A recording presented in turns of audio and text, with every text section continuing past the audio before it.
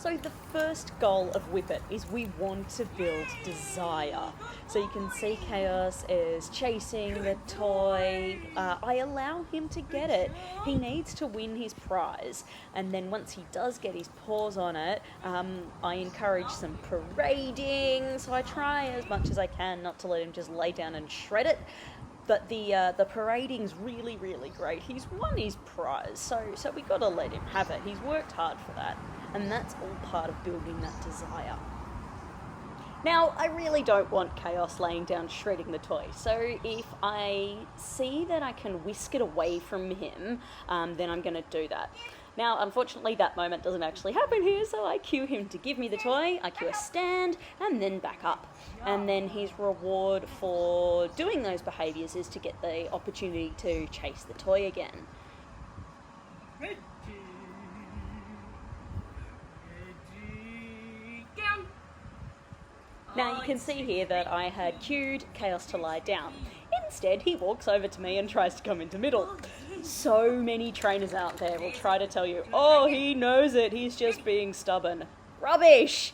Chaos really wants his toy, and he knows that if he lies down for just one moment, then he'll get his reward that he really wants. He's not deliberately spiting himself out of his reward. Dogs don't do that. He's just too over-aroused to think and respond correctly. He's trying to guess the behaviour that I'm going to call out, and this time he just happened to get it wrong. So what do? I take away the toy, I give him a pat, we have a giggle, and then we try again. And yes, this is reinforcing the wrong behaviour. Oh my goodness! But look, in comparison to the outcome he was expecting, running around like a lunatic chasing his toy, getting a pat is a much, much lower value outcome. This is called the disappointment effect. And it's a really great way to discourage behaviour without resorting to things like intimidation or punishment. And because they're getting like a consolation prize, the dog doesn't get so frustrated that they have a meltdown or just give up.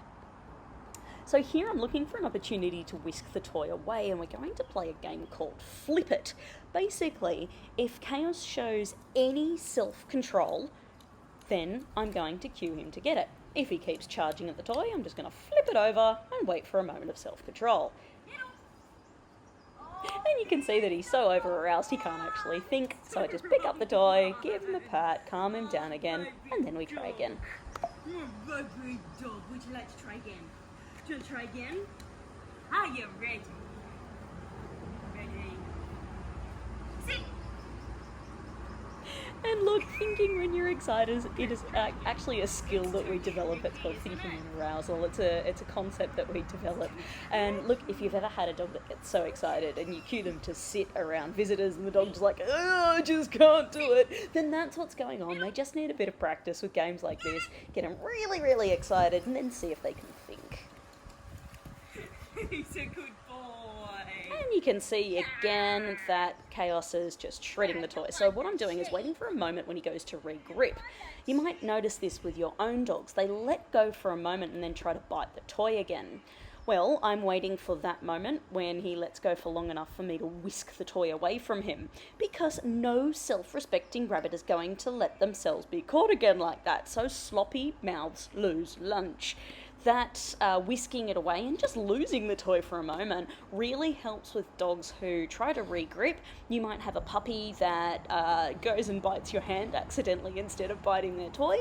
Discouraging re-gripping like this really, really helps. And here we go into another game of Flip It. So I'm waiting for Chaos just to back off the toy, show a little bit of self-control, and then I'm going to see if he can think. If he can, then he gets to win his toy again. Here he is, a little bit of self-control, I cue down, and then I cue him to get it. Now you'll see that before he was doing quite a bit of jumping. This is not a game that we would play with a puppy who is still growing. Chaos is full grown, he is in good health, and his joints are capable of doing some safe jumping just like that. Now, Whip It is not a game that we want to play for hours on end. Just a few minutes is all they need. So that's a really great thinking and arousal game. It really helps with dogs who, say, chase things. It's a way that we can prepare them to think even when there's something really, really exciting happening. I encourage you all to play some great games like this and go have fun. Some chicken.